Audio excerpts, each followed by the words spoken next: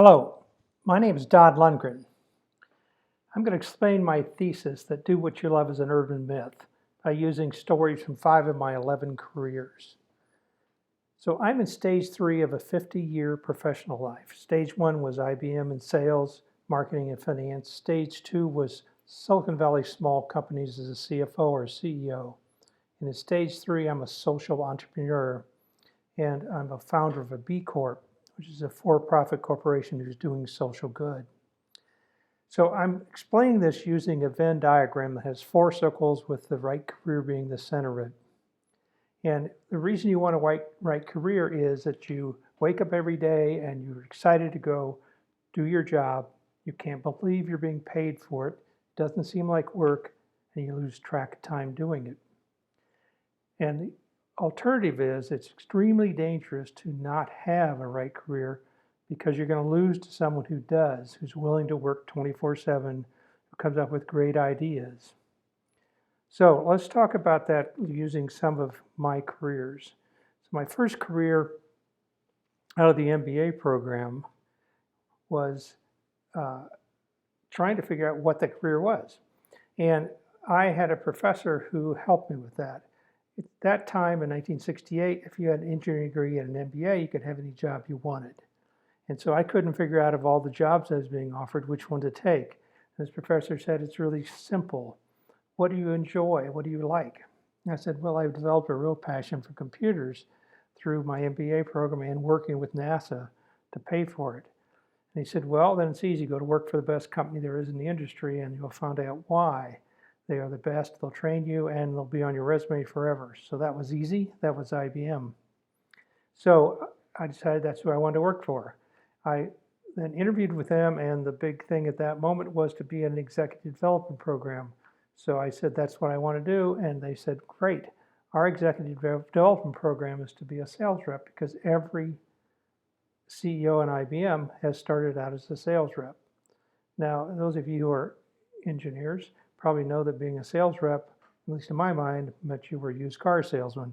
And it wasn't really what I wanted to do, but it was something I realized I had to do if I was going to work for them. So the other circle in this is be your best. Use your natural talents. So you can see in this, it's not as solid. And that's because my natural talents weren't being a sales rep. And one of the main reasons is my personality is an INTJ. To stick with the first letter, I stands for being introverted. And that is not exactly the right characteristic to have to be a salesman.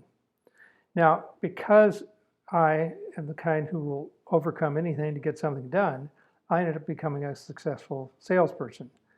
But that is equivalent to swimming upstream, or if you're a bicyclist, equivalent to riding up Route 1 on the West Coast when the prevailing winds come down Route 1. And I did a little experiment one time. It takes 38% more energy to do that. Now, you can do it, but it's not the way you probably live your life.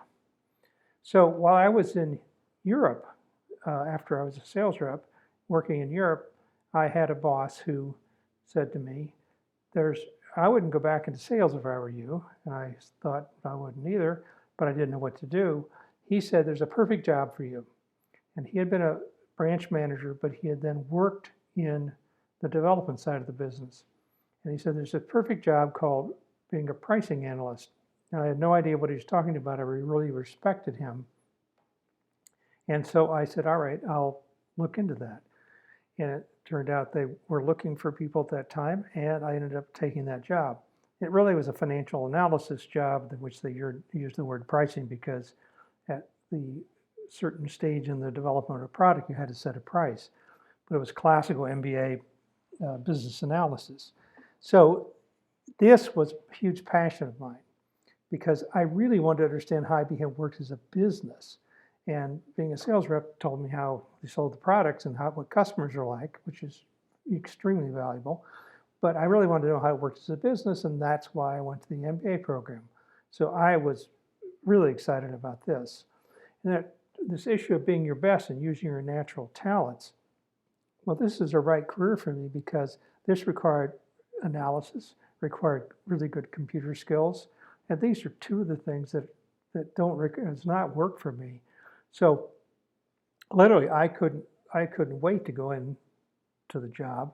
It wasn't work, and I really did think, I can't believe they pay me to do this. It's so much fun, and I would lose track of time. In fact, my wife said, "Are you having an affair?" And pretty soon she decided, "Yes, you are, but it's an affair with work and not another woman." So it shows you how powerful it is when you get the two together. But if you're just pursuing meaning and passion and what you love, and you're not doing something you're really good at, that doesn't solve.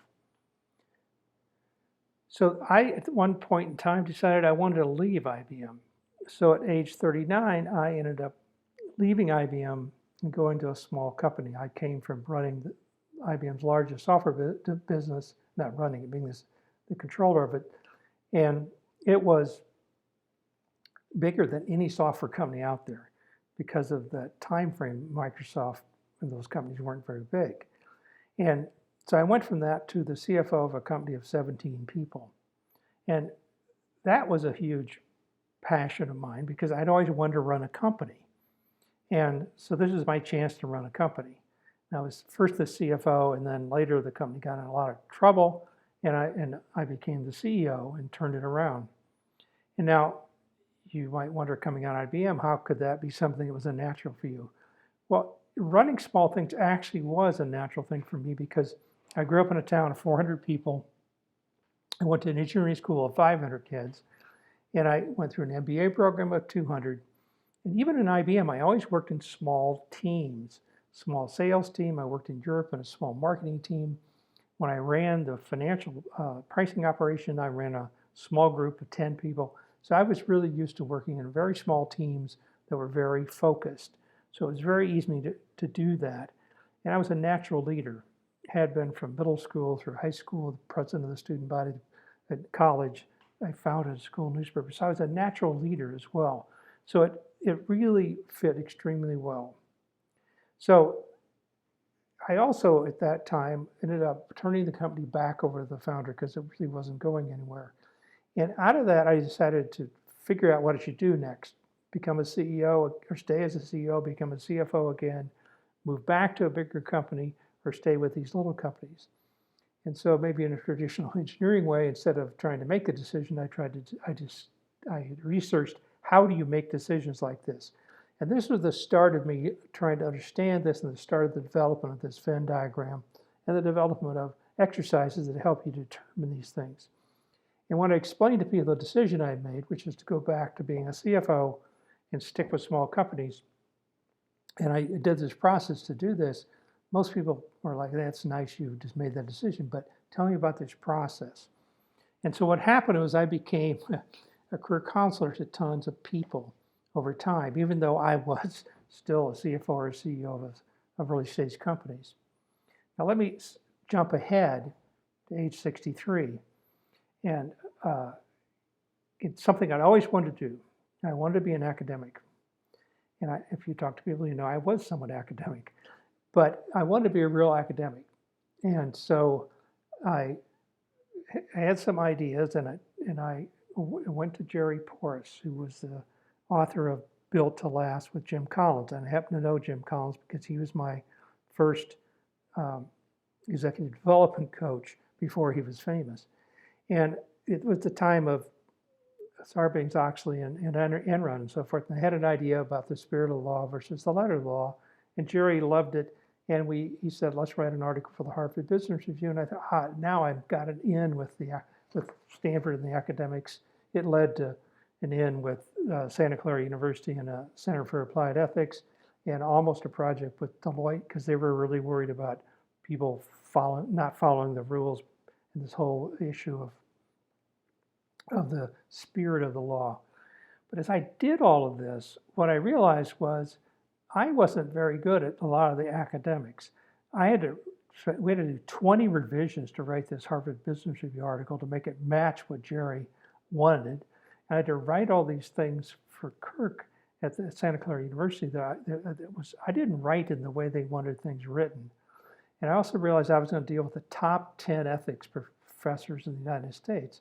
And I could see that the fact that I had practical experience meant nothing to them.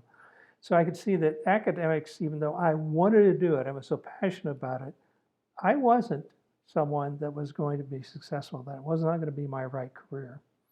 So I ended up deciding, well, what should I do? Well, I've been helping careers with people with careers all this time, and it's always been a passion of mine, my own career, and this is my sixth right career, that it really was something I should do to help other people.